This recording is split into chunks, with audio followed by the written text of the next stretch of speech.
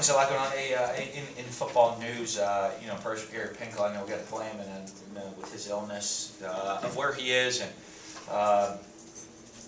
hopefully he has many years to enjoy family life and that stuff beyond the game of football. So I think he's done a lot. I think you look at what he was able to accomplish at Missouri. A lot of people look and try to build programs off of that. I know that's one that we've looked to hear of the success that he's had, of how to do that, how to duplicate that, and so after hearing that news last week, our prayers with him and his family, as he moves forward into the next stage of his life. For us here, we got obviously a tough opponent this week. Arkansas is one of the hottest teams, I think, in the SEC, and one of the hotter teams in the nation. Right now, you look, winning 4 games in a row, putting up huge offensive numbers. Very, very stout defensively, well-coached, sound football team. They play hard. Got a lot of talented players out there on the field at different positions. Anytime you have a senior quarterback that is an excellent player, gets the ball to his different playmakers. They got one of the top, if not the best, tight end in America. That and what he can do and create mismatches. The active career rushing leader in the SEC.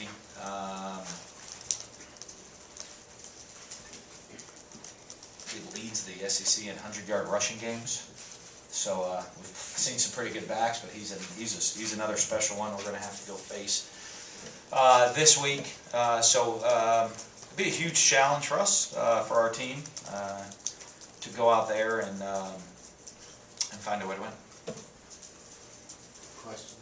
Coach, you mentioned Arkansas playing well. What is the difference you've seen from them compared to early in the year?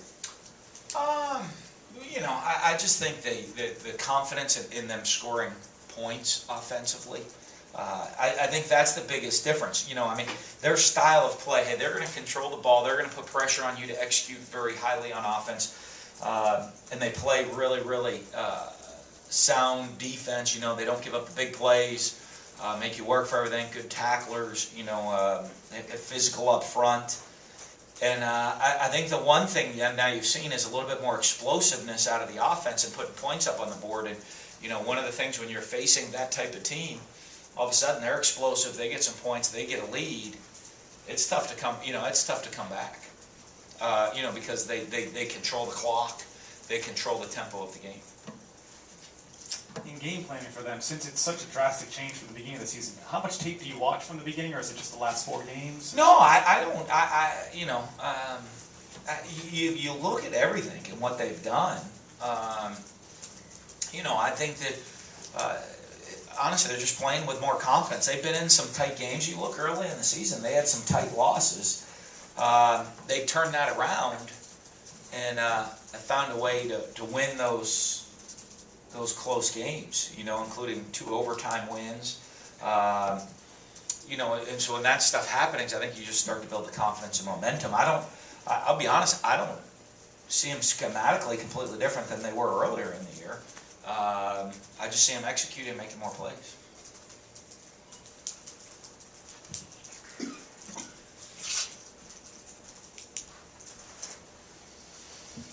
Is there any benefit defensively to playing 2 similar style offenses back to back?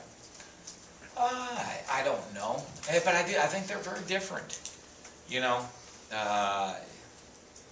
a lot of ways, offensively than the last team we played. So,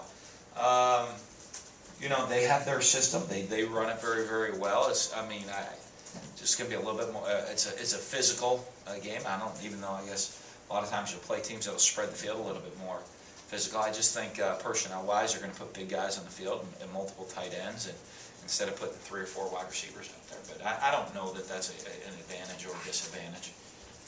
You talk about their size and things on that offensive line for Arkansas. Just the challenges of facing an offensive line with that size. Well, you got to be stout. You got to be physical. They move people, and you can't get moved. You're just fighting for that territory right there. It's just that simple, and you got to be physical and stout in there when you're in. And they're trying to put in big human beings to try to move you. When you look at Will Coleman's last couple of games, he's played pretty well. What kind of progression have you seen from him? Well, he's growing, he's developing. I think, he understanding the system and getting used to the speed. A first-year player for us, so you're going to see big gains out of people during their first year, and the more comfortable they are within the system, within the scheme of things, and then out there on the field playing. Have you been able to see Damian Williams still continue to improve and progress in practice this year as a redshirt? Sure. He doesn't get very many reps because he's redshirting this year. Nick Tiano runs the scout team, so but he's had a great attitude. It's kind of a scary moment when Duranya went down. I know you said he was okay, but just is he kind of okay? Yeah, Is he he's going to be fine. We'll see this week how he'll be this week.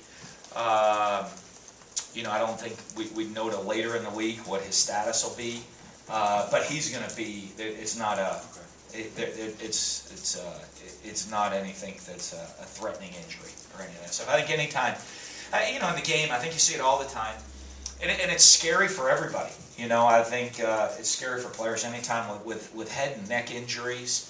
It's scary for players. It's scary for the people involved, and and it's such a. There's so much caution that has to be involved. I think a lot of times, sometimes you look and say, okay, thank goodness that wasn't going to be anything real serious, even though kind of that whole time the guys are laying there. It's scary for all the people around him too. For the other guys that are playing in the game. So, but he's gonna be. It's nothing that's gonna be lasting for him. Coach, Arkansas struggled to kind of generate a pass rush early in the year, but in this winning streak, they've ramped it up a bit. Do they do anything different schematically that you've seen? I don't see it. I just see them executing much higher. Playing with a lot more confidence as a team. And I think confidence goes a long way. When you would go out there, confidence allows you to execute a whole lot better. Just kind of follow up as a coach when something like that happens. Yeah. Did you say anything in the offense or say, hey guys, don't worry about it, or how do you change the focus back? Yeah, it's really hard. I think a lot of the guys know whether or not people are going to be okay. I think you can tell sometimes the significance of an injury. Obviously anybody's nervous for any injury, but you can tell when the significance of one. I know, we had just any time that happens. I know it was tough when we had. Remember Gabe Miles in a scrimmage. Was that last spring or 2 springs ago? August last fall. Yeah, August fall. And all of a sudden he's down and. You get a stretcher out there for them. It's kind of hard, like the guys, to bring them back and the confidence of them going back out when they see those things. But, I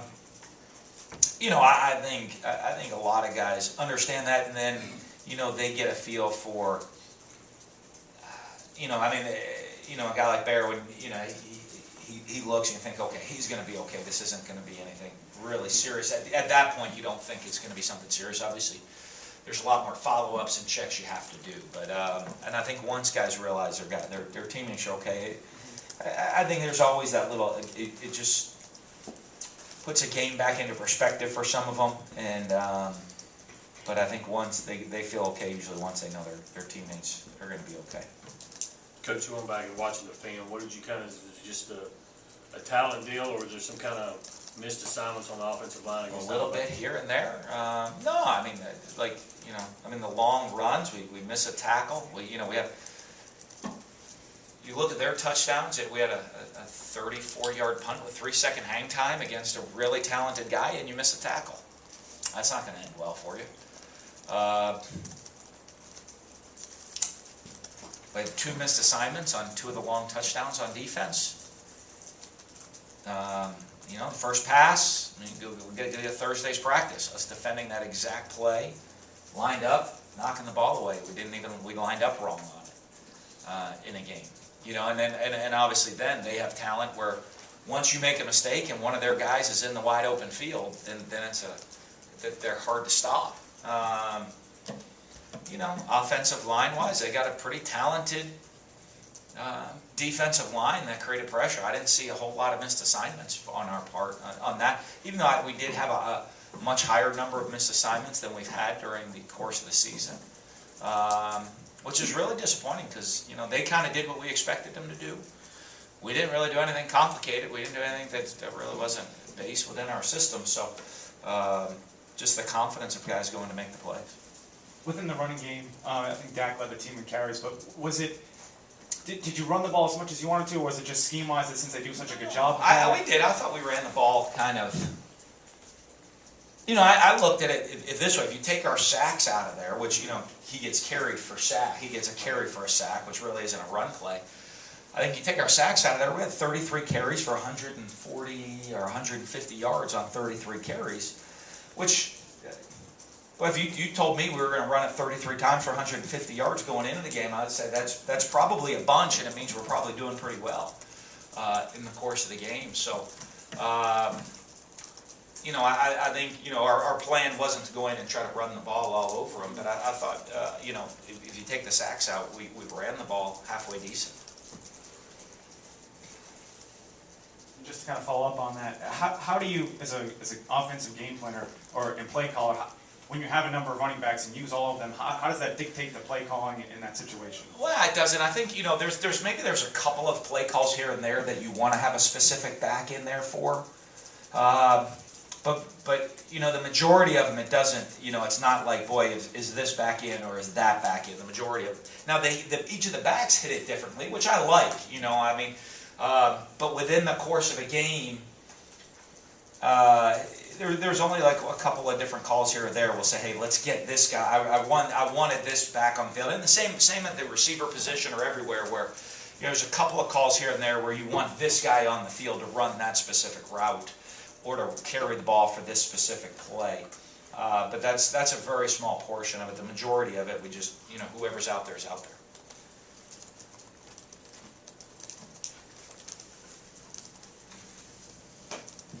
When you get towards the end of the season like this, how do you keep guys, I guess, motivated and amped up for a game when they're getting worn down and beat up in big games? Well, I think you tweak your practices around. I mean, our guys are excited. They love to play the game, so I don't think you got to worry about them getting fired up to go play the game.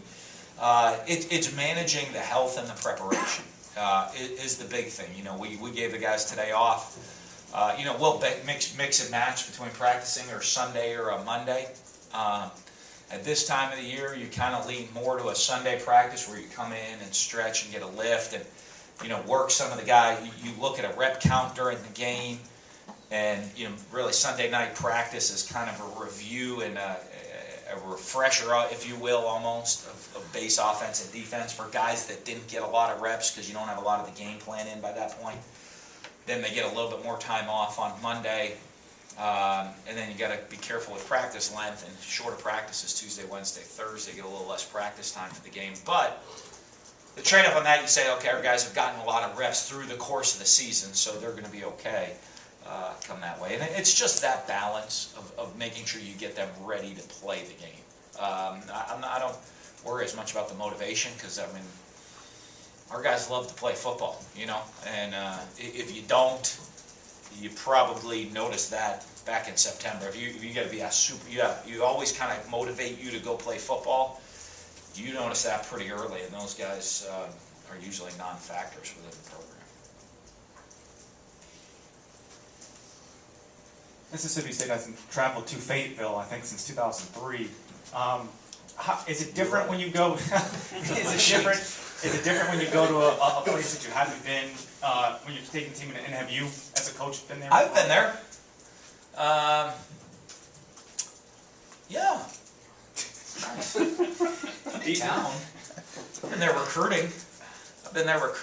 You know, that NWA airport in Northwest Arkansas. It's kind of like, what's weird is the airport's kind of like out in nowhere, and then you kind of come into town. No, we've played out there before. I have. I think for our players, it is kind of new, especially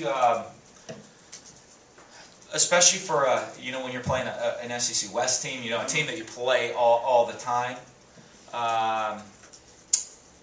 You know, some of the times, you know, we talk about it like the Missouri game. You know, I mean, I've been there before, but none of our guys had ever been to Missouri before. And it's going to come that way, I think, with the East because you play teams a lot less, where those almost have a non-conference feel, you know, because most guys will only ever play in that stadium They will only ever play in that stadium once during their whole career anyway, you know, and so,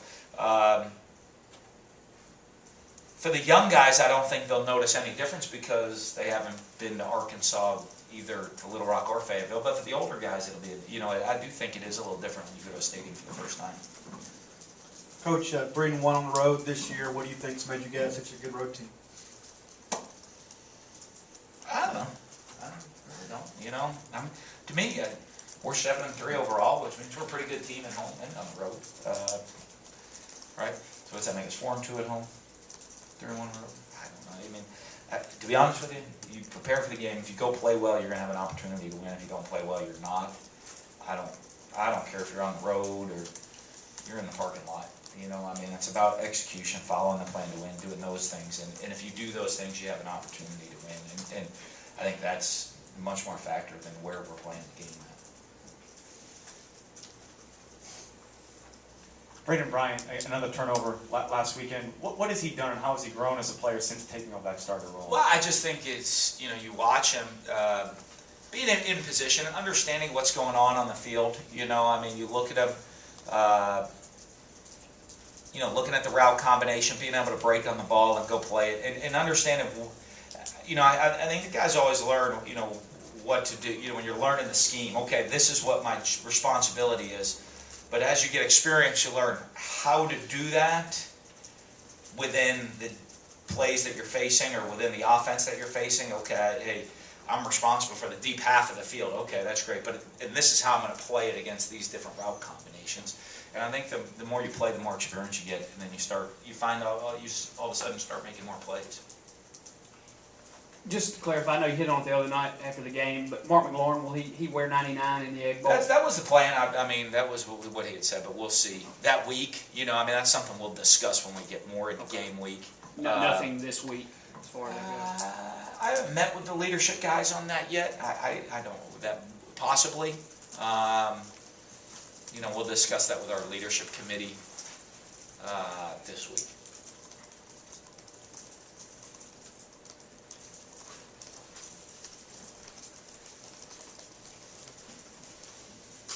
I guess the 99 with Jamal Peters, how did that kind of evolve? Was it, whose idea was it? Or Jamal came and asked if he could do that.